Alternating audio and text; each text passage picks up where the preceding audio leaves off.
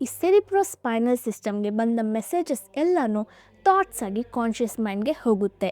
ಆ conscious mind sympathetic ಸಿಸ್ಟಮ್ನ ಮೂಲಕ ನಮ್ಮ ಸಬ್ಕಾನ್ಷಿಯಸ್ ಮೈಂಡ್ಗೆ ಥಾಟ್ಸ್ನ ಟ್ರಾನ್ಸ್ಫರ್ ಮಾಡುತ್ತೆ. ಹೀಗೆ ಎರಡು ಮೈಂಡ್ಸ್ ಒಟ್ಟಾಗಿ ಕೆಲಸ ಮಾಡ್ತಿದೆ. ಸೊ ನಮ್ಮ ಕಾನ್ಷಿಯಸ್ ಮೈಂಡ್ ಇಂದ ಸಬ್ಕಾನ್ಷಿಯಸ್ ಮೈಂಡ್ಗೆ ಸ್ವಲ್ಪನೂ ತಪ್ಪಾದ ಥಾಟ್ಸ್ನ ಕೊಟ್ಬಿಡಬಾರ್ದು. ನಮಗೆ ತುಂಬ ಕೆಟ್ಟ ವಿಷಯಗಳು ನಡೆಯುತ್ತೆ. ಕೆಟ್ಟದಾಗಿ ಅಲ್ಲದೆ ನಾವು ಒಳ್ಳೆ ವಿಷಯಗಳನ್ನ ಥಿಂಕ್ ಮಾಡುವಾಗ ಅದು ನಿಮ್ಮ ಸಬ್ಕಾನ್ಷಿಯಸ್ ಮೈಂಡ್ಗೆ ಹೋಗಿ ಒಳ್ಳೆಯದನ್ನು ನಡೆಸಿ ತೋರಿಸುತ್ತೆ.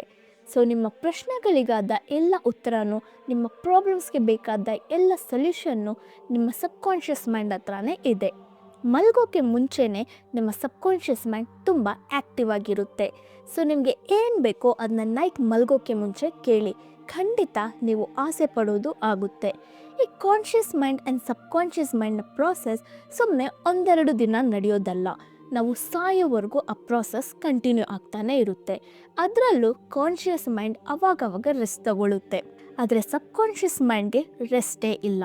ಸೊ ಈ ಚಾಪ್ಟರಲ್ಲಿ ನಾವು ಏನೆಲ್ಲ ನೋಡಿದ್ವಿ ಅಂದರೆ, ನಂಬರ್ 1, ನಿಮ್ಮ ಸಬ್ಕಾನ್ಷಿಯಸ್ ಮೈಂಡೇ ನಿಮ್ಮ ದೇಹನ ಕ್ರಿಯೇಟ್ ಮಾಡ್ತು. ಸೊ ಕಾಯಿಲೆನ ಕೊಟ್ಟ ಅದಕ್ಕೆ ಕ್ಯೂರ್ ಮಾಡೋಕ್ಕೂ ಗೊತ್ತಿದೆ.